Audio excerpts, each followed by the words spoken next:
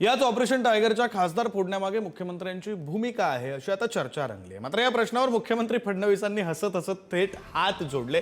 Operation टायगरवर काही न बोलता स्मित हास्य देऊन मुख्यमंत्री निघाले। ऑपरेशन टायगर मोहिमेमध्ये खासदार फोडण्यामध्ये मुख्यमंत्र्यांची भूमिका असल्याच्या चर्चांदरम्यान देवेंद्र फडणवीस यांना याबाबत प्रश्न विचारण्यात आला। मात्र फडणवीसांनी कोणतीही प्रतिक्रिया न देता हसत हसत हात जोडले आणि थेट तिथून निघून गेले। ऑपरेशन टायगरवर थेट भाष्य टाळत दिलेल्या त्यांच्या स्मित हास्याची आता राजकीय वर्तुळात चर्चा रंगली। जे सहा खासदार आले त्यात तुमची महत्वाची भूमिका आहे, त्यांना भाजपात यायचं होतं असं म्हटलं जातं। या संदर्भात बोलण्यासाठी आपले प्रतिनिधी सुशांत सावंत आपल्यासोबत जोडले गेलेले आहेत। सुशांत, मुख्यमंत्र्यांची भूमिका महत्त्वाची होती असं म्हणत असतानाच आता मुख्यमंत्र्यांनी यावर प्रश्न विचारल्यावर केवळ हसत हात जोडलेले आहेत। बऱ्याचदा मुख्यमंत्री असं करतात, बोलणं टाळतात, मात्र त्यांच्या इशाऱ्यामधून नेमकं काय घडतंय, नेमकं काय घडलंय ते लक्षात येतं। या बाबतीत काय सुशांत?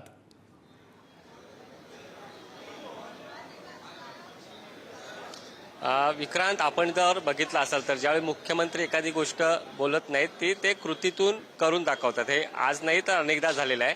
आपण पाहिलं असेल तर ऑपरेशन टायगर ज्यावेळी सुरू होते, ऑपरेशन टायगरची चर्चा सुरू होती, त्यावेळी मुख्यमंत्री फारसे बोलत नव्हते। पाठीमागे पडद्यामागे बऱ्याच गोष्टी घडत होत्या।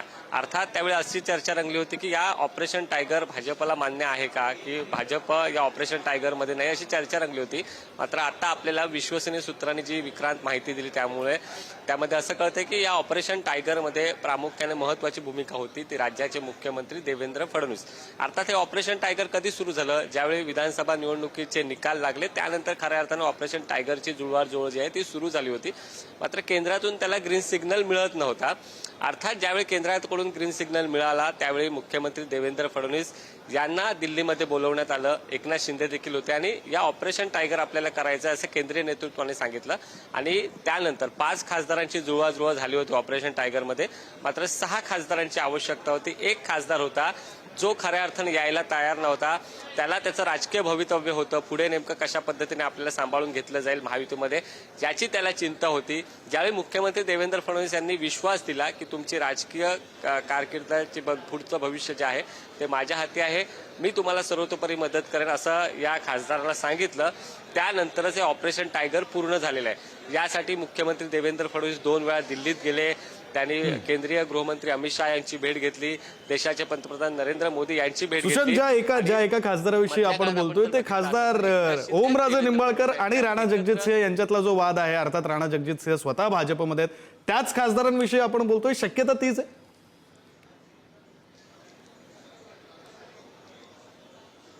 अगदी खरं आहे, शक्यता तीच आहे। ओमराजे निंबाळकर जे आहे ते सुरुवातीला यायला तयार नव्हते, कारण संघर्ष आहे। एकीकडे राणा जगजितसिंह भाजपमध्ये आहेत तर दुसरीकडे ओमराजे जर महायुतीमध्ये आलं तर पुढचं नेमकं गणित कसं असणार, आणि अर्थातच त्यांच्या कोर्टाचा निकाल होता जो खरं तर त्यांच्या विरोधात लागला, ती खरं तर चिंता त्यांना होती। मात्र मुख्यमंत्री देवेंद्र फडणवीस यांच्याशी ज्यावेळी त्यांची भेट झाली त्यावेळी त्यांना आश्वासन देण्यात आलं की तुमचं राजकीय भवितव्य जे आहे त्याला कुठलाही धक्का लागणार नाही भविष्यात। 2029च्या दृष्टिकोनातून देखील ज्यावेळी मुख्यमंत्र्यांकडून हे आश्वासन त्यांना दिलं गेलं त्यानंतरच हा 6वा खासदार जो आहे तो ऑपरेशन टायगर मध्ये यायला तयार झाला। अर्थात सुशांत, आणखी एक प्रश्न यातून असा पडतो आहे, तो प्रश्न असा आहे की जेव्हा हे ऑपरेशन टायगर सुरू होतं भाजपनं या ऑपरेशन पासून काहीसं अंतर ठेवलेलं होतं, किमान वक्तव्य तरी येत नव्हती। आता हे यशस्वी झाल्यानंतर ही जी नवी माहिती येते मुख्यमंत्र्यांकडे श्रेय दिलं जातंय, श्रेय जातंय, अशी परिस्थिती?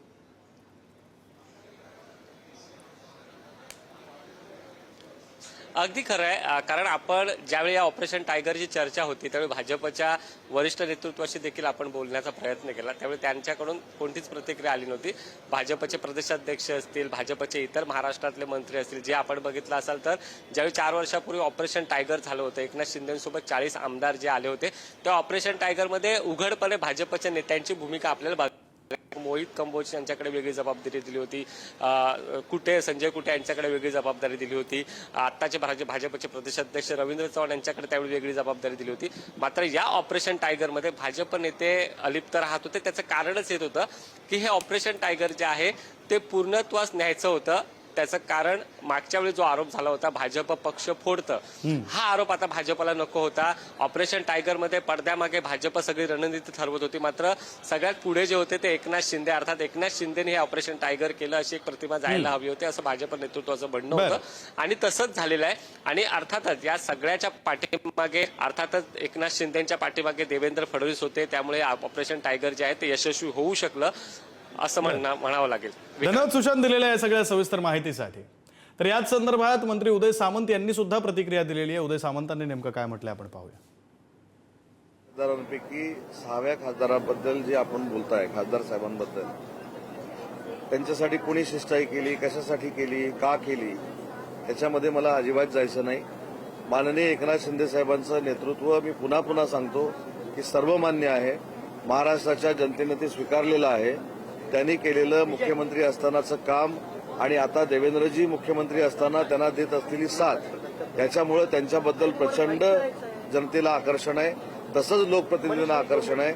आणि म्हणून आता खासदारांचा टप्पा संपलेला आहे. भविष्यामध्ये आता तुम्ही जे म्हणताय की महाविकास आघाडीचे आमदार गैरहजर राहत आहेत, तर ते का राहत आहेत याच्याकडे आम्ही लक्ष ठेवून राहू. आज आम्ही महायुती म्हणून एकत्र आहोत. शिवसेनेची ताकद वाढणं म्हणजे महायुतीची ताकद वाढणं. आज आम्ही एकमेकांसोबत शिवसेना भाजप का आम्ही काही वेगळे पक्ष मानत नाही. आम्ही एका विचारधारेने चालणार आम्ही पक्ष आहोत. होय, नक्कीच आम्ही पार्टीज वेगळे आहोत, परंतु एकमेकांना साधणं काही चुकीचं नाही. माननीय एकनाथ शिंदे साहेबांनी ज्या पद्धतीने